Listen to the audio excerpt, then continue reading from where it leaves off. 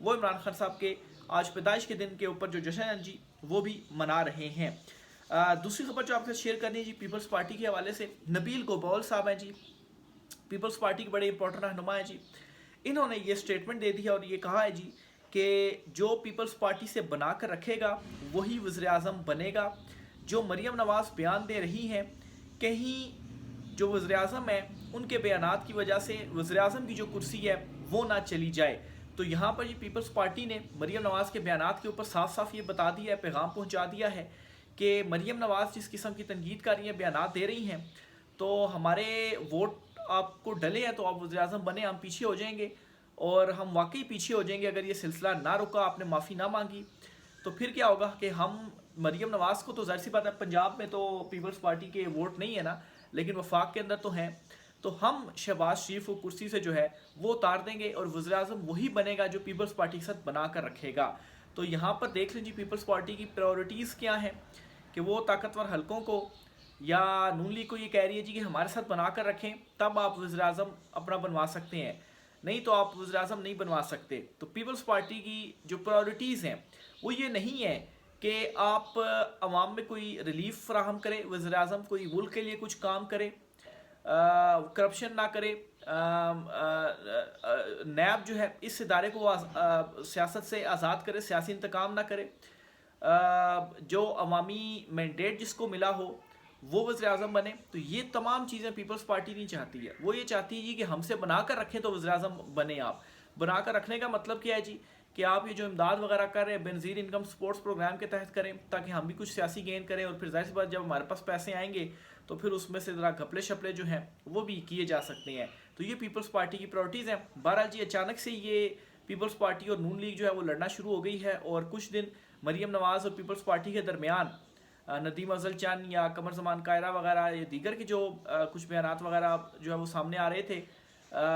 تو ایک تو تنقید کی جا رہی تھی اور اب صاف صاف الفاظ میں کہہ دیا گیا جی کہ معافیاں مانگیں یا اس چیز کو بند کریں، ادروائز پھر مریم نواز تو بے شک ان کے خلاف تو نہیں لا سکتے، لیکن پھر شہباز شریف جو ہیں وہ اپنے عہدے کے اوپر نہیں رہیں گے۔ میں سمجھتا ہوں جی کہ یہ صرف اور صرف بھڑکے ہی ہیں۔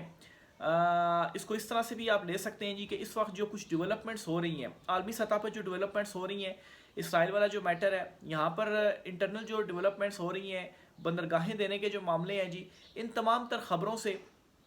بیسیکلی توجہ ہٹانا ہے اور اپنے جو کارکنان ہیں ان کو ایک مرتبہ پھر سے چارج کرنا ہے جی دیکھیں پیپلز پارٹی تو حکومت کو جو ہے وہ لڑ گئی ہے، اور دوسری طرف سے یہ جی کہ حکومت جو ہے مریم نواز جو ہے وہ دیکھیں پنجاب کو وہ کہاں سے کہاں پر لے کر جائیں گی، اور وہ جو ہے وہ پیپلز پارٹی کے خلاف جو ہے وہ اڑ گئی ہیں۔ تو بیسیکلی میں سمجھتا ہوں جی کہ ایک میڈیا میں سپیس حاصل کرنے کے لیے لوگوں کی توجہ جو ہے وہ اس سائڈ پر لانے کے لیے کیا جا رہا ہے، ادروائز یہ مطلب ہے کہ نورا کشتی کے علاوہ مجھے کچھ بھی نہیں لگ رہا، اور ان کی بڑی طویل تاریخ رہی ہے، یہ ہمیشہ اسی طرح سے جو ہے وہ کرتے ہیں۔ نہیں تو آپ سوچیں نا کہ پیپلز پارٹی کی یہ مجال کہ وہ شہباز شریف سے ایسا کہہ دیں، کیوں؟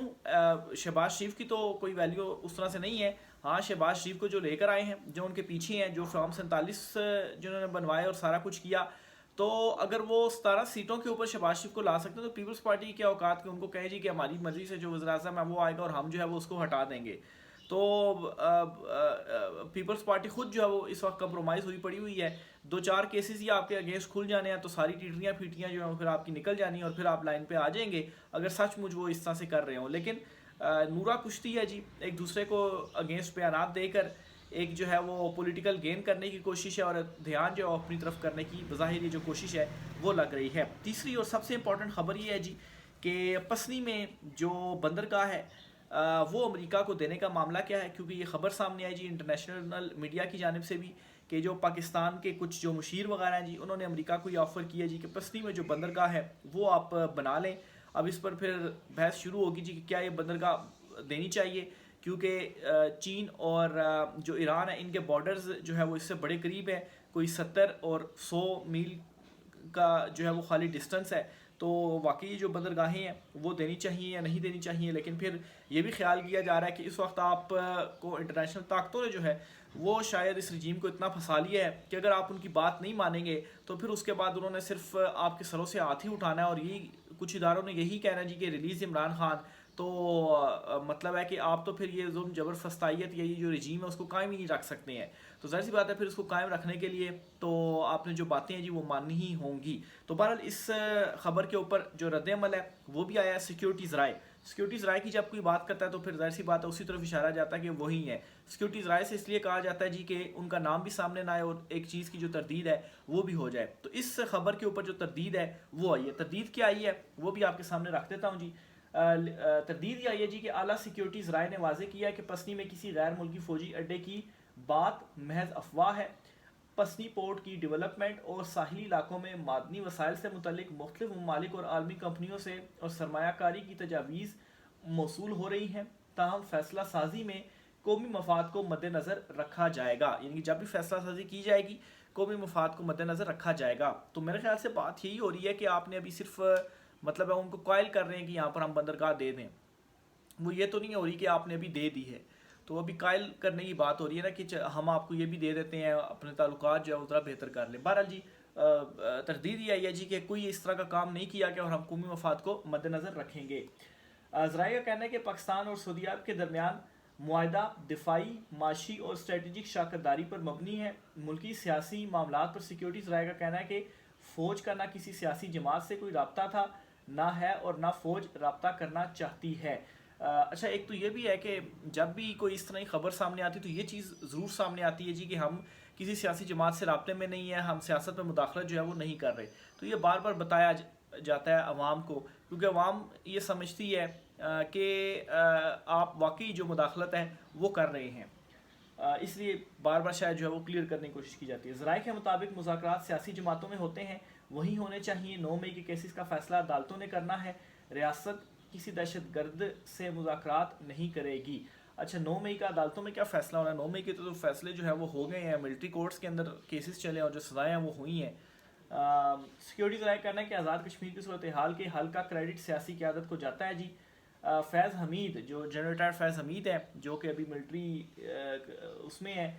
فیض حمید کے بارے میں سیکیورٹیز رائے نے کہا کہ ان کے خلاف فیلڈ جنرل کورٹ مارشل کی کارروائی قانونی تقاضوں کے تحت ہو رہی ہے. یہ لمبا پروسیس ہے. یاد رہے کہ بین الاقوامی جریدے فائنینشیل ٹائمز کی رپورٹ میں انکشاف کیا گیا تھا کہ پاکستان نے امریکہ کو گوادر کے قریب پسنی میں ایک بندرگاہ چلانے کی پیشکش کی ہے, جس سے امریکہ کو دنیا میں انتہائی حساس خطے میں جو ہے وہ قدم جمانے کا جو موقع ہے جی وہ مل سکتا ہے. اور ظاہر سی بات ہے اگر ایسا ہوتا ہے نا تو اس پر یقینی طور پر چین کو بھی کنسرن ہوں گے اور ایران کو بھی کنسرن ہوں گے کہ امریکہ کو اتنا پاس لا کر کس طرح سے جو ہے وہ بٹھایا گیا. تو اس سے ناراضگی بھی ہو سکتی ہے چین کی بھی اور ایران کی بھی. چلے ایران کو جو ہے وہ شاید اب اتنا وہ نہ کریں, لیکن چین کی ناراضگی مول لینا, چونکہ اس کے بارے میں تو ہم کہتے ہیں جی کہ سمندر سے گہری اور شہد سے میٹھی ہماری جو دوستی ہے جی وہ چین کے ساتھ ہے. تو ایسا کیسے کر سکتے ہیں ہم؟ تاہم سیکیورٹی اور انٹیلیجنس ذرائع نے اس خبر کے بعض نکات کو غلط قرار دیتے ہوئے کہا کہ فیلڈ مارشل کا سرکاری حیثیت میں کوئی مشیر نہیں. نجی افراد یا اداروں کی طرف سے کی جانے والی بات چیت اور تجاویز صرف ابتدائی نوعیت کی ہوتی ہیں. ان تجاویز کو ریاستی اقدام کے طور پر تصور نہیں کیا جانا چاہیے. اب جو ساری خبر ہے نا وہ اس لاسٹ لائن کے اندر ہے. یہاں پر یہ کہا گیا ہے جی کہ جو فیلڈ مارشل کا سرکاری حیثیت میں کوئی مشیر جو ہے وہ نہیں ہے, اور اگر نجی اداروں کی افراد یا اداروں کی جانب سے یہ جو بات چیت ہوئی ہے یا جو کوئی آفرز جو ہے وہ پیش کی گئی ہیں تو یہ صرف اور صرف ابتدائی نوعیت کی ہیں, یا یہ آپ کہیں جی کہ مطلب ہے کہ ابھی اس کے اوپر سرکاری طور پر یا اعلامیہ طور پر کوئی اقدام نہیں ہوا. تو اس میں اس بات کی تو تصدیق ہوتی ہے کہ واقعی یہ جو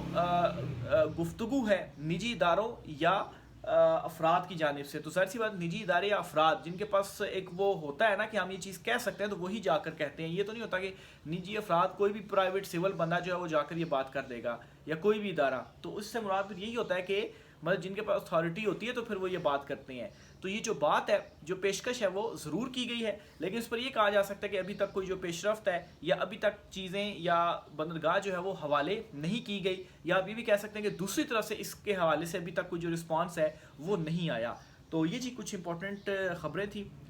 رائے کا اظہار کیجیے گا. آج کی ولاگ سے اتنا ہی, اجازت دیجیے, اللہ حافظ.